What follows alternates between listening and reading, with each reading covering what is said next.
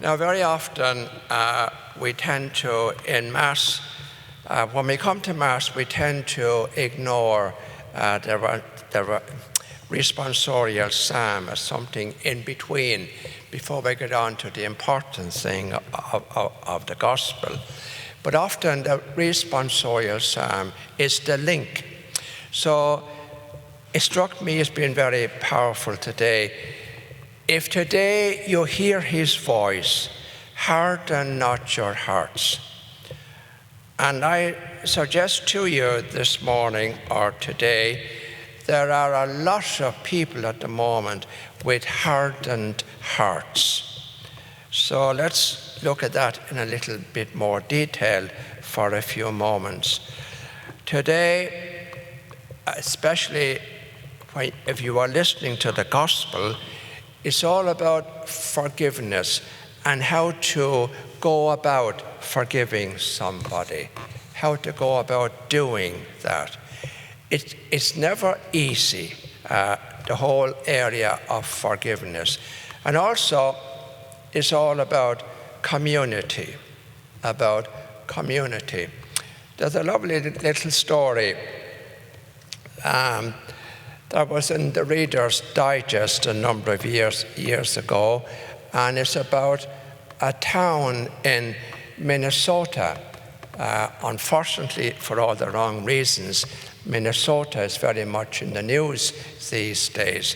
But going back to that time, in an area in Minnesota, people moved to this particular area, and bit by bit, a community began to grow there, but there was no name given to the place.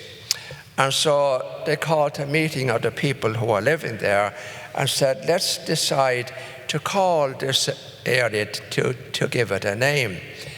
And like most things that happen when a number of people get together, or when you have a committee, it broke into a fight and an argument and a quarrel, and there was a lot of shouting and so on. And eventually, one man banged on the table and shouted out, let's have harmony. Let's have harmony. And then somebody else shouted, yes, let's have harmony. And that's how a town in Minnesota got its name, Harmony. Interesting little story. Isn't that something? When we look around today at our own country here and all over the world, couldn't we not do with some harmony? Indeed we could. So it's always got to begin with ourselves. So beginning with myself.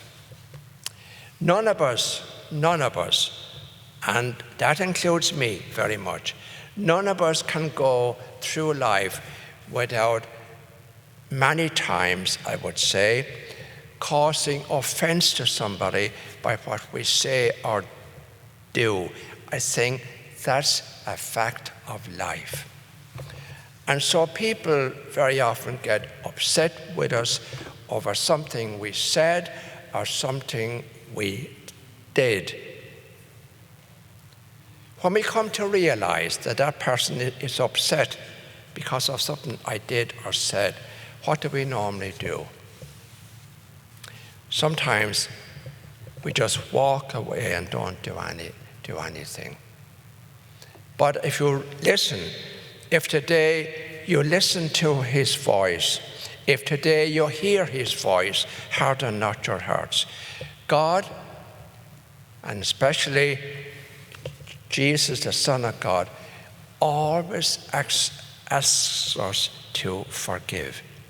So is there a good way and a bad way of forgiving? And I suggest there is. So I'll suggest a good way of forgiving. So we go to St. Paul, and he said, the most important thing in life is love. So we got to begin with love and realize the person we have offended is loved by God infinitely. And so we got to put our ego aside. That's important. And we got to approach that person not in a condescending way or not seeking forgiveness, but in a humble way, and saying to that person, I am sorry, and I ask you to forgive me. It's not sufficient to say, I'm sorry, but you've got to add your little bit, and I ask you to forgive me. Now, if the person doesn't want to know and refuses to forgive, the best thing to do then is just leave it and walk away. But don't leave carrying bitterness or resentment. On the other hand, go to the other side, the flip side of the coin. If somebody offends you and badly hurts you or offends you in a big way, again, what's a good way of dealing with that situation? Well, how do we normally deal with it? We go and we talk about it to 3 or 4 more other people. And so we begin gossiping. He's terrible, isn't he? You know what he did the other day. You know what you did. And so, that's not going to heal any situation. A good way of, and I practice it in my own life, you got to approach that person I meant to say, but not in a condescending way, and not in, I am a big-hearted person and I'm going to forgive you, but in a loving way. In a loving way. And realizing that that person is special to God. They may not be perfect in my eyes, but still the real person that I don't see into is loved by God, absolutely loved by God. And when you see somebody like that, you do it in a loving way. And you say, listen, let's leave it.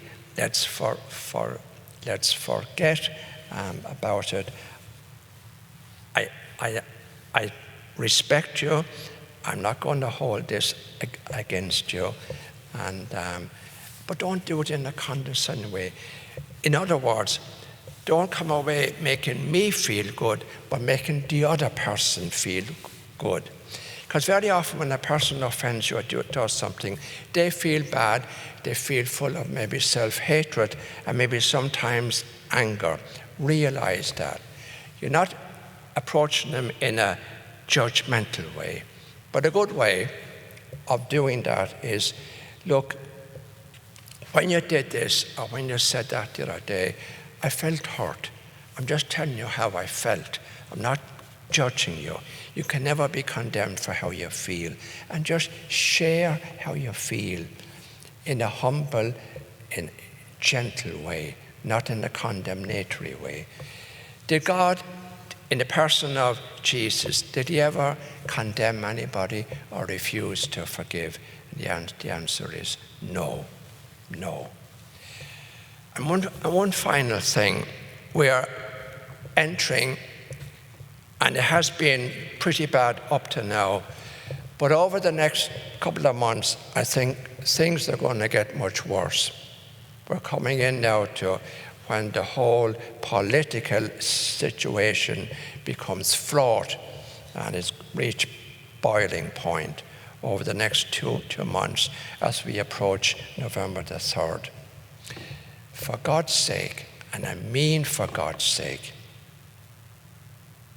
if today you hear his voice, harden not your hearts.